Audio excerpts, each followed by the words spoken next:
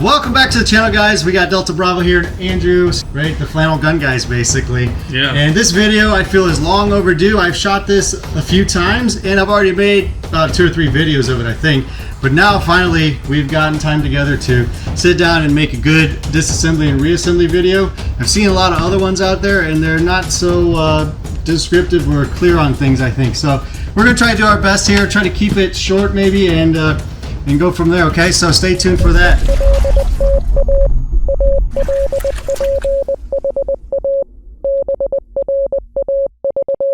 Okay, so I'll just give my little 2 cents here on this.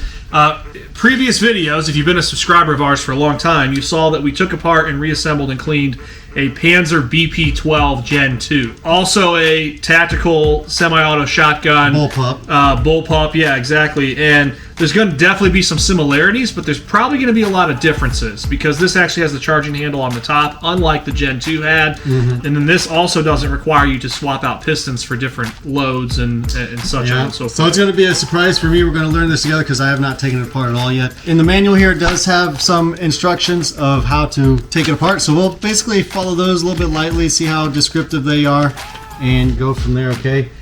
So first thing we need to do is, if you see these 2 pins here, we need to remove them. And there is going to be a third one behind the cheek plate. So let's go ahead and just take the cheek plate off first, and we can do all that at once with the pins. Here's the cheek plate. It's just a plastic wing nut that goes over this nut here. Pull that out. Oh, wait a minute, guys. The gun is unloaded. Don't forget to tell everybody that. Yeah.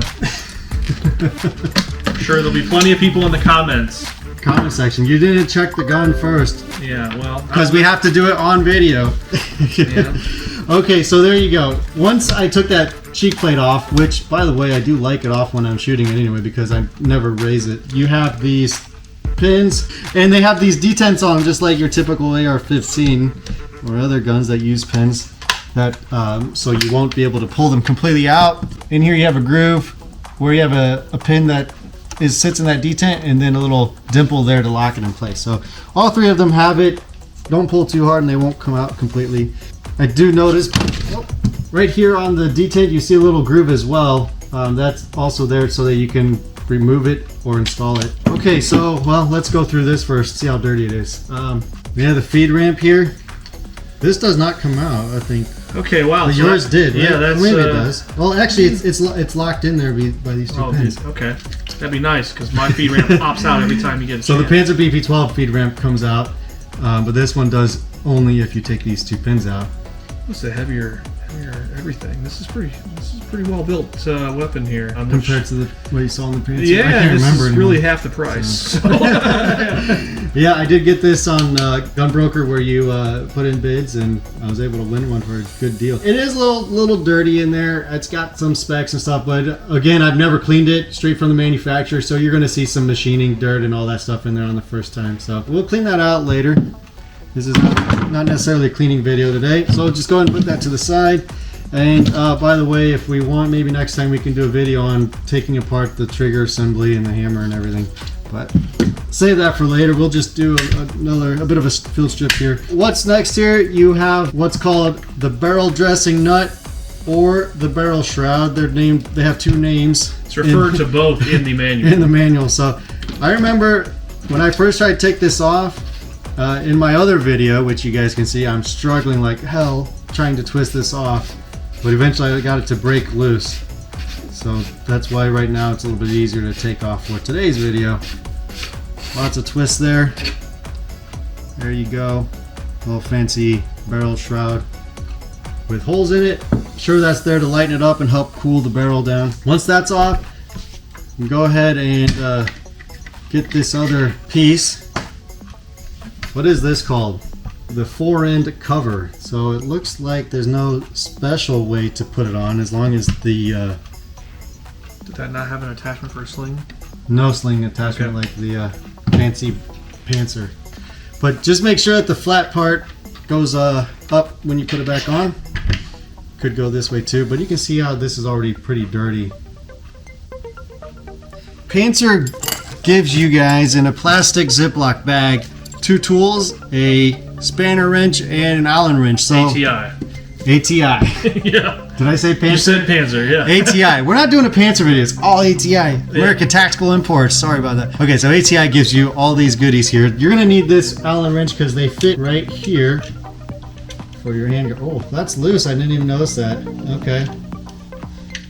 Make sure you check all your nuts and bolts before you fire your weapon, I guess, because maybe they come from the manufacturer a little bit loose. That one was tight though. The second one was loose. I don't think you need to take them completely out. Just loosen them up a little bit and you'll be able to slide the barrel shroud or handguard off. And it's not too dirty, but get one of those fancy brushes that I have over there, bottle brushes, to go through there and clean it up a little bit. So what do we notice so far? This is the guts of the system. Something I can tell you so far, this is a solid firearm. Much better than, and I don't know how else to say it, but the cheaper components of the Panzer. And the Panzer is marketed as a more expensive gun, but I can already, this is solid. These are, you're going to have to really struggle to damage the internal workings of this firearm. Panzer, we're kind of babying it, right? Yeah, we're kind of babying the Panzer. There's limits on loads. You have to swap out a piston and all that. This gun here it just looks sturdier in every way, shape, or form, really. Okay, so next we have this nut here where we're going to have to take off. See how easy it is to unscrew that. My hand got all greasy.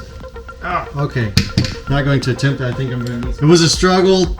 In order to loosen this up, I just slapped it in my vise and used some pliers to kind of break that. And then now you can see we can twist it off. I don't think I'm going to be putting it on that tight. I think just from the manufacturer it comes tight. So you'll have two sets of threads you're going to have to get through to take this off. Okay, so once you have that off, you have to remember that this goes on a specific way because they give you this O-ring rubber seal. And that's not in the manual, or as far as the parts list, but just make sure that that's in there and it goes on against the piston. You can also see how dirty and grimy it is. See if you can see that. Alright, so next thing to take off is this piece right here. It is called the gas room according to the manual, and that also twists off out of there a little bit. Sorry, it doesn't really twist. Sorry, there's no thread, so we're learning together. It seemed like I had to twist it to kind of break it off and loosen it up, but I'm sure it's just because it was really dirty and grimy in here, and that just kind of loosened it up. Right, and then this piece right here is next. This is the piston. Wow, that slid right off. And that slid right off compared to the Panzer. The Panzer BP12 piston you have to beat off. You have to beat no off. No pun intended. We had to use a crescent wrench and a mallet, right? Oh yeah, it's like beating brake pads off. So you can kind of get a look how dirty that piston gets. And to be honest, I've shot it 3 times. I'd say I probably have about 300 or 400 rounds through it, right? So it gets pretty dirty. We'll go ahead and slap that in the ultrasonic cleaner, and that'll clean up real easy. So the piston will slide on with this flat face here first, and then this goes over it, and they're just a good matching pair there. I'm sure once that's clean, it won't be so sticky. All right, and then next thing you need to do is take off this nut here, which you need to use the supplied ATI Bulldog spanner wrench here to get it off. Hopefully this one isn't as tight. Oh wow, I barely turned it. Maybe I don't even need it. So one thing that's true is it doesn't look like there's any area where you have to go opposite directions, which is really nice. So you don't need like 2 people or anything. Sorry, but I mean, I do appreciate my Flannel Gun Guy buddy here helping me out with this video. So that's off, and then yeah, okay, it just slides right on out of the upper receiver here. There you go. It's a little dirty, but you definitely could clean it. Yeah, I don't know. You see these 2 screws here. I think that's to put a Picatinny rail on, and then you can add more optics. Exactly there. So, all right. So next you have this carrier sled, or in the other video, it's called the sliding doohickey, coined by yours truly here. I mean, let's get off there. Okay, it slides off just like the Panzer. You have to pull back and lift up because the edge of the carrier sled. Be careful. There are things that we're moving around in here. So if we slide the bolt out. Yeah. So before we take it all off, you have this nut here, and then you have this plastic ring that the spring sits on, and you can see once I'll take it off, but the spring has like this little it sits down into this groove a little bit more. So you got to make sure you put that on correctly when you reassemble. Take off the carrier sled. Now it does have this, but we didn't figure out why it has this screw on top. It doesn't really connect to anything. Yeah, I'm not sure. That could just be a buffer. Yep. Okay. Yeah. So it doesn't hit the top of the gun. So there you have it. There's your carrier sled. Then you have your spring. Last time when we were playing with your gun or reassembling it, the spring couldn't go on the other way, right? And this is probably gonna... Is it the same? Yeah. It's the same for this gun too. You can't slide the spring all the way down. So make sure, I mean, you can't really mess it up because the spring goes on one way. The wider in goes I will say that that is a bane of frustration. You can mess it up and you can put it back together, but you're going to reach a certain point where it does not work. And then you're going to have to go back and figure out where you messed up. Alright, so here's what I was talking about earlier. You see this little groove in the channel here? That's where the spring fits in. It's not going to fit properly like that. Make sure you put the spring inside that groove when you install it. I mean, the other side, it will also fit, but it's going to be a little awkward and slide around. So, okay, then take off this nut. Take off, and then you have the bolt. Look how dirty that bolt is. It's not clean. The bolt is super dirty from these 400 rounds. Okay, and then we have our dirty chamber. I think yours is just like that. What's the barrel look like? So you guys can kind of see maybe how dirty that barrel is from all of the slugs. My favorite are the slugs, buckshot and birdshot, because this is the birdshot king. Okay, so that's going to do it for the disassembly. We're going to clean this off camera, and then we'll get back with you guys in a little bit to do the reassembly. Welcome back, folks. Welcome back to the channel. You saw us in from the break. You saw us take down already, and then we cleaned this gun. It came very clean, actually. Shiny parts. Oh yeah, we got that barrel like mirror finish in there, and this ultrasonic cleaner really does wonders to clean all these little parts. There's just a slight amount of rubbing and scrubbing, but the ultrasonic definitely takes care of the rest. Like, look at this. What did we call this? As a room holder or something, I thought. But anyway, that's super clean. This piston is extra shiny now, so definitely recommend that. One thing we noticed when we were cleaning it is this bad weld in here. If you can see that weld joint here, you can see there's a hole there, but it doesn't seem to affect anything in the gun. But just keep that in mind. Maybe check your guys' ATI Bulldogs and see what they look like. But yeah, it's a bad quality. It's the fine Turkish craftsmanship.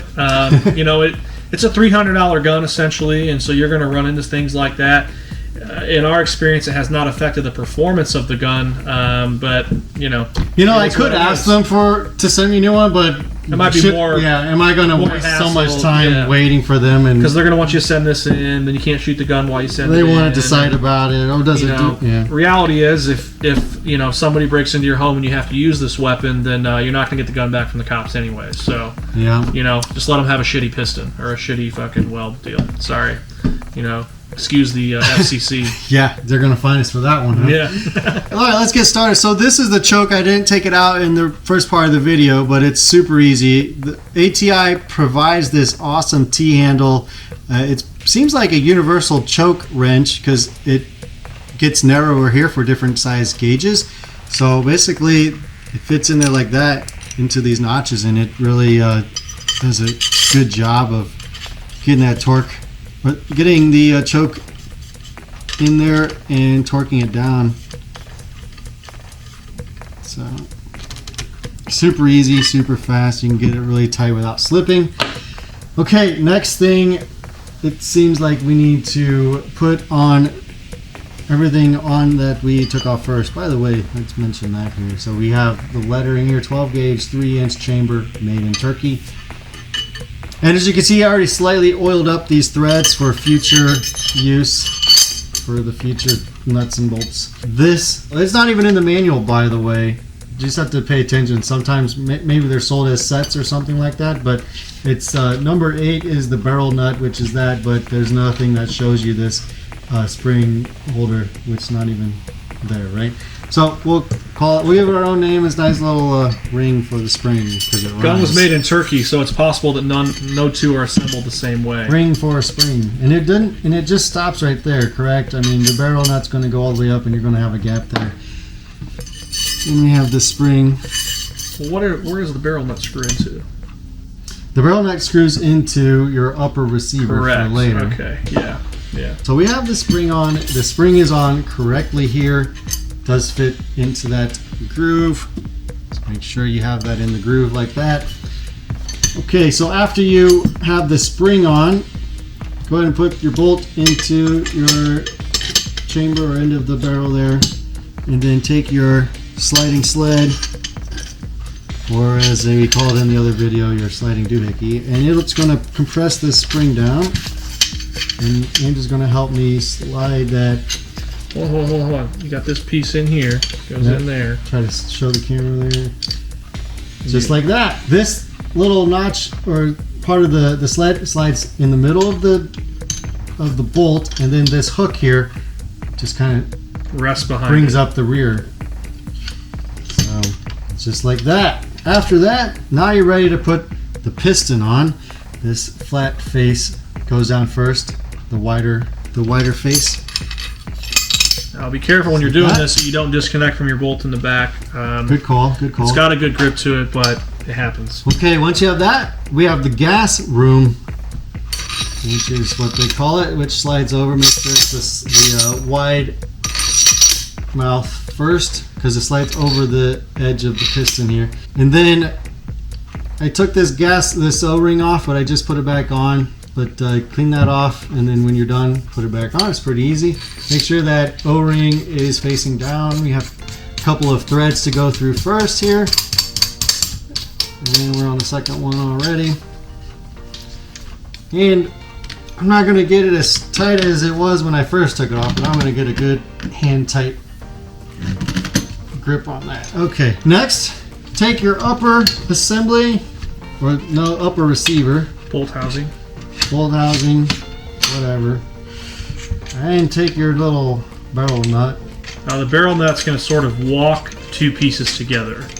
Now that ring is plastic, that could break. Now how you're going to tighten this barrel nuts with your wrench? Exactly. You got them. I appreciate it when manufacturers send you tools that are needed for working on the gun. Now, me being a Panzer guy, I have to deal with a lot of weird parts, like, you know, nuts that split in half and things. That's all weird. My only complaint about this gun so far, a lot of things are much easier and sturdier. I don't like this. That is one thing I don't like. Oh, second. So let's talk about that. Yeah, I don't like it for a few reasons. Number one, it's very thin. We're talking about this little washer that's holding the base of the spring. I don't know if it's. You said it's plastic, or we? Yeah, it definitely felt like plastic, and you can see it rests right on this very skinny. If you're going to have any part in this, which should probably be wider to give more support to that. If you're going to have any part in this firearm that's going to malfunction or break over time, that's going to be it. You know, if you think everything coming back and forth and putting the tension on there, that's just unfortunate. But again, you know, these are throwaway guns, folks. These are. I don't know.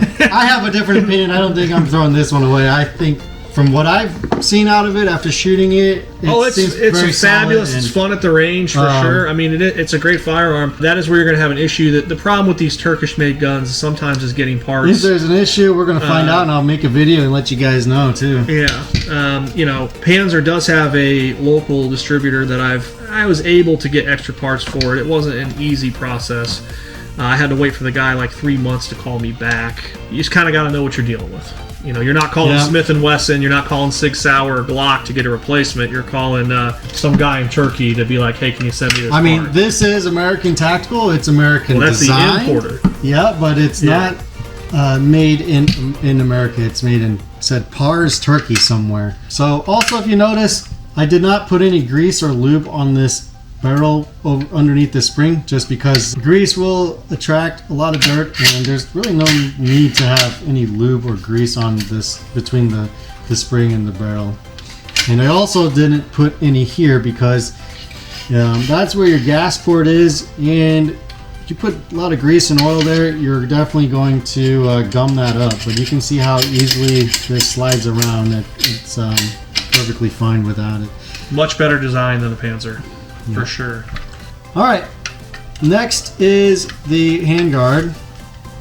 Slides over this. Oh, by the way, Andrew told me what this screw does. That screw is what the charging handle will grab onto to pull the sliding sled back, which pulls the bolt back. It serves no other purpose than that. You don't have to remove it. You can if you want, just for cleaning purposes. But so when you put this on, it's automatically going to catch into that bolt, or the top of the head there of that bolt. We're going to slide that all the way back and find our Allen wrench that ATI supplied to us. So nice when they give us the right tools to work on the firearm. And if you don't have one, this is a size 220/3. That makes no sense. Size number 4. Yeah. Maybe if number 4 metric Allen wrench. I don't know if they Allen wrenches come in metric sizes like that too. I'm not a tool guy. I'm not a tool expert. This is America. We don't use the metric system. Yeah, God bless America. So this is very similar to your AR-15s. A lot of them come with these tightening screws, and you just kind of have to work on both of them just to cinch the edge around this to grip onto that barrel nut that's underneath. But that is tight. Ain't coming off now. Okay, after that, we'll go ahead and put on our fancy barrel spacer here. Make sure you have the flat side to... Okay, so we'll put the spacer on the gun. Make sure the flat side is facing the bottom, because it will fit in these grooves just like that, nice and perfect. Next, we'll have the shroud, or the barrel shroud, or barrel nut. What are they? They called it a shroud. We'll just go with shroud. I mean, we all know what that is. Yeah. It screws on there like it came off. Protective condom over the barrel. Yep. Ah, there you go.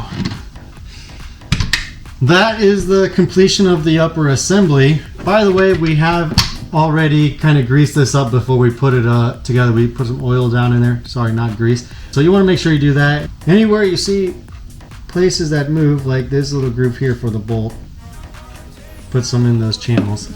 You can work that a little bit with this charging handle. One thing where we see a decent amount of wear is on the ejector port.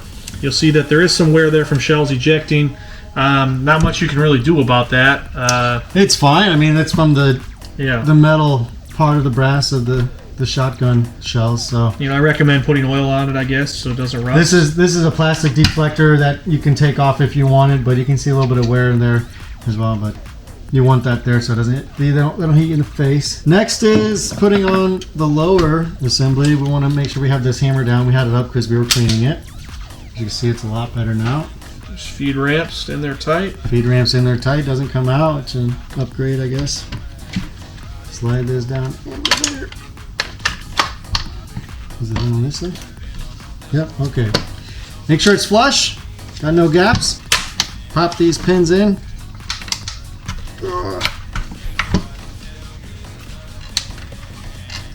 Why does that not want to go down?